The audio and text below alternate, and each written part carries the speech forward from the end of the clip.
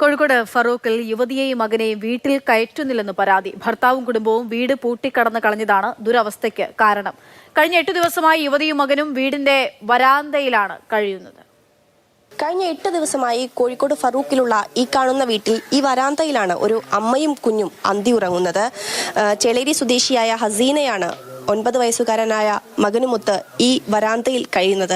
കഴിഞ്ഞ കുറച്ച് ദിവസങ്ങളായി ഈ വീട്ടിൽ നിന്നും ഭർത്താവിന്റെ കുടുംബവും ഈ യുവതിയെ ഇറക്കി വിടുകയായിരുന്നു ചെയ്തത്. അവർക്ക് എന്നെ വിദ്യാഭ്യാസം നറക്കുറവാണ് ഒന്നാമത്തെ മെയിനായിട്ട്. അവർക്ക് തലാക്ക് ചൊല്ലിന്നാണ് ഇപ്പൊ പറഞ്ഞുകൊണ്ടിരിക്കുന്നത്. ഞാൻ പറഞ്ഞു അവരോട് വേണ്ട ഇന്നെ തീർത്തോളി, എന്റെ സ്വർണം തന്നാളി അറിയേ, എന്റെ ഇപ്പൻ്റെ വാങ്ങിയ പൈസ അതും തയ്യാറാണില്ല, എന്റെ ജീവിതത്തിനും വിലയില്ല. ഇപ്പൊ രണ്ടും ഇല്ലാതായി. ഇപ്പൊ എത്ര ദിവസമായിട്ട് നിങ്ങൾ പിണങ്ങി താമസിക്കുക അല്ലെങ്കിൽ പിരിഞ്ഞ് താമസിക്കുക? എത്ര നാളെ? 2018 പെരുന്നാൾ കൂടാൻ പോയതാണ്. അന്ന് തൊട്ട് ഇന്ന് വരെ എന്റെ വീട്ടിലാണ്. ഞാൻ ഓർഡർ പ്രകാരം വന്നതാണ്. അപ്പൊ ഇവിടെ വാതിൽ അടച്ചിട്ട് പോയി. 8 ദിവസം ഞാൻ ഇന്നത്തേക്ക് ഇവിടെ കിടക്കണ്. ഇതിനെ വിളിച്ചിരുന്നു? ഭർത്താവുമായിട്ട് ബന്ധപ്പെട്ടിരുന്നു? ഫോണിൽ വിളിച്ചു? എനിക്ക് വിളിക്കാൻ പറ്റൂല, ഭർത്താവിനെ ഒന്നും പറ്റൂല. കോടതിയിൽ നിന്ന് ഓർഡർ ഉണ്ടല്ലേ ഇവിടെ തന്നെ താമസിക്കാം എന്നുള്ളത്? കൂടെ ജീവിക്കാനുള്ള ഓർഡർ. ഒരു പെൺകുട്ടിയുടെ യൗവനവും സൗന്ദര്യവും ആരോഗ്യവും എല്ലാം കവർന്നെടുത്ത് സമ്പത്തും കവർന്നെടുത്തിട്ട് ഒരു സുപ്രഭാതത്തിൽ ഒരു കത്ത് എഴുതിയിട്ട് ഇങ്ങോട്ട് പറഞ്ഞേക്കാന്ന് പറഞ്ഞാൽ ഇത് ഒരു ഹസീനയുടെ കേസല്ല, ധാരാളം കേസുകൾ ഇങ്ങനെ വരുന്നുണ്ട്, നിരവധി കേസുകളുണ്ട്. അപ്പൊ മുത്തലാഖ് ഇല്ലാന്ന് പറഞ്ഞപ്പോ എല്ലാരും ആശ്വസിച്ചു. മുത്തലാഖ് ഇല്ലല്ലോ. പക്ഷെ ഈ തലാഖ് എന്ന് പറഞ്ഞ ഈ നിയമം മാറ്റണം. കോടതി മുഖേന വേണം തലാഖ്. അതാണ് ഞങ്ങൾ ആവശ്യപ്പെട്ടുകൊണ്ടിരിക്കുന്നത്. ഇന്നലെ മുതലൊക്കെ ഞാൻ നിരന്തരമായിട്ട് സംസാരിച്ചുകൊണ്ടിരിക്കുക. നമുക്ക് ബാക്കി കാര്യങ്ങളൊക്കെ അവിടെ നിൽക്കട്ടെ.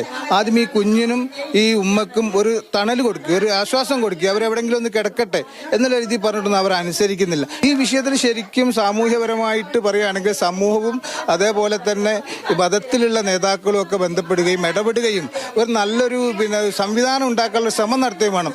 ഈ വിഷയത്തിൽ ഇതൊന്നും നടക്കുന്നില്ല എന്നുള്ളതാണ് ഏറെ വേദനാജനകം. ഞാനാണ് ഒഴിവാക്കിയത്, ഭർത്താവിന് വേണ്ട ഞാൻ ഒഴിവാക്കി എന്നാണ് പറയുന്നത് ഭർത്താവ്. മാനസിക പ്രശ്നങ്ങളൊക്കെ ഉണ്ട് എന്ന് ഭർത്താവ് ഇങ്ങനെ പ്രചരിപ്പിക്കുന്നുണ്ട്. ഉണ്ട്. അതിനെനിക്ക് നീതി കിട്ടണം. ഭർത്താവ് എനിക്ക് മാനസിക ഉണ്ട്. ഏത് ഹോസ്പിറ്റലിലും ഞാൻ തയ്യാറാണ് പോവാന്. ഇനി പോലീസുകാർ മുഖാന്തരം തയ്യാറാണ്. ഇനി ഗവൺമെന്റ് ഏത് ഹോസ്പിറ്റലിക്കോ ഭർത്താവിനെ കൊണ്ടുപോയിക്കോട്ടെ. സ്വർണ്ണാഭരണങ്ങളും ഒക്കെ ഭർത്താവിന്റെ കൈവശം ഉണ്ട്. 42 പവൻ സ്വർണ്ണമുണ്ട്. 90,000 ഉറുപ്പ്യ എന്റെ ഉപ്പനെ വാങ്ങിയത്. അതൊന്നും ഇല്ലാതെ 25 ലക്ഷം കൊണ്ട് തീർക്കാൻ പറ്റുമോ? എല്ലാന്നുണ്ടെങ്കിൽ ഒന്നും തരൂല എന്നാണ് പറയുന്നത് ഭർത്താവ്. വീടിരിക്കുന്നത് ഭർത്താവിന്റെ പിതാവിന്റെ പേരിലാണ്. അതുകൊണ്ട് തന്നെ ഈ വീടിനകത്തേക്ക് കയറാൻ യുവതിക്ക് പ്രവേശനമില്ല എന്നുള്ളതാണ് ഭർത്താവ് പറയുന്നത്, ഭർത്താവിന്റെ വീട്ടുകാർ പറയുന്നത്. അതുകൊണ്ടാണ് ഇത്തരത്തിൽ വരാന്തയിൽ അന്തിയുറങ്ങേണ്ടി വരുന്നത്. ഏതായാലും നിയമപരമായി മുന്നോട്ട് പോകുമെന്നുള്ളതാണ് ഹസീന പറയുന്നത്. മാതൃഭൂമി ന്യൂസ്, കോഴിക്കോട്.